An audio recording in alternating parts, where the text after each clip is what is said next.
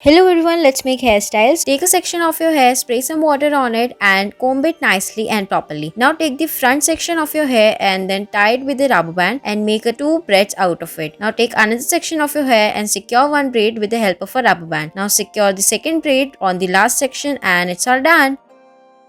So for the next one, make a ponytail and attach a bow to it. Now start braiding the ponytail with the help of a bowstring. Now start braiding your ponytail nicely and gently, and it should be inside out as shown in the video. Now repeat each and every step in the video and then look like in a zigzag form, and it will look so shiny and nice. Then repeat the whole process until it will comes to the bottom and then secure it with the rubber band and it's all done.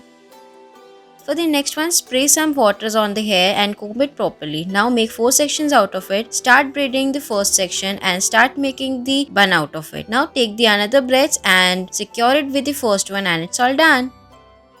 For this one, make 2 ponytails and start rolling one ponytail as shown in the video. Do it both and then stick it on the center of your heads as shown in the video. Accessorize it and it's all done. Thanks for watching.